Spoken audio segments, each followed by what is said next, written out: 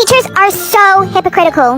I was late to my French lesson in school by not even 2 minutes. 2 minutes!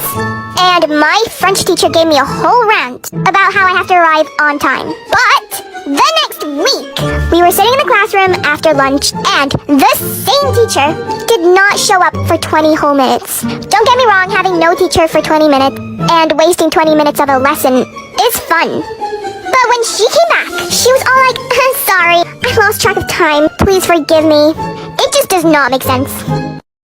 Something I don't get is when I'm just minding my own business, on my phone, scrolling through TikTok, feeling really relaxed in my enclosed bedroom. Then, a parent just randomly walks in and just stands there and then complains about everything I do wrong. For example, me always on that phone, never helping out with the house.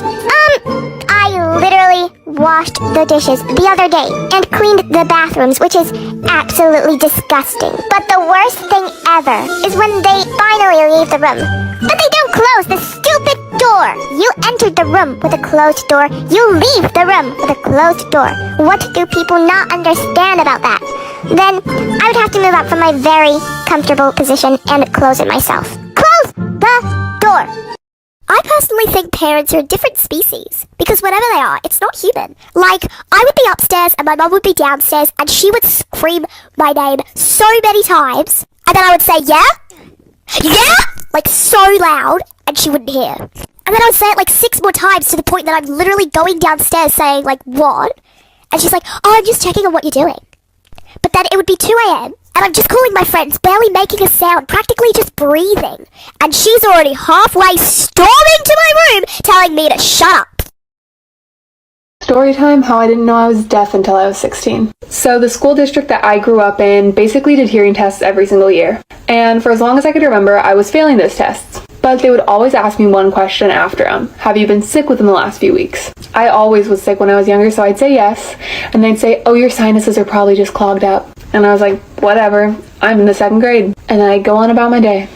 Kept happening over and over again. This happens from elementary school, middle school, all the way up until my sophomore year of high school. So my sophomore year, I get called up to the nurse's office after the initial hearing test. My nurse was like, hey, you failed the hearing test. And I was like, yeah, what else is new? That was just normal to me. So she was like, you know what, we're gonna retest you here. So I retest right in front of her and I fail again. I explained to her, like, this has happened every year, like, it's not really a big deal to me. And she was like, no, it kind of is a big deal, like, this happens every year. I was like, yes. Have they ever contacted your parents? No. So she calls my mom in to talk to her. My mom comes in, they talk. Part 2.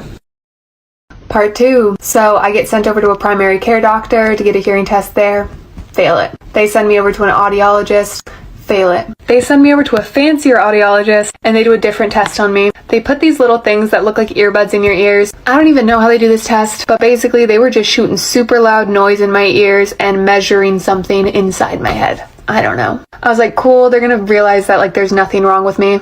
Fail it. Worse than before. So I started getting concerned. They couldn't give me a diagnosis yet, so all I knew is that my hearing is worse than I thought, but I don't know why. So they send me over to an ENT surgeon. He diagnoses me with otosclerosis, which just means the little bones in my ears that are supposed to conduct sound aren't conducting sound properly. This doctor gives me 2 options. I can either get hearing aids, or I could get the surgery where they replace those bones with synthetic bones that may help my hearing. The recovery process was kind of long, and it could go wrong and I could lose my hearing completely. Almost 4 years later, I love my hearing aids and I love being a part of the deaf community. Hey, it's me, your cup of tea. Just dropping by to give some good vibes to you. Hopefully you're having a fantastic day. I appreciate you being here. You're very special, and I love you. Have a great day. Bye-bye.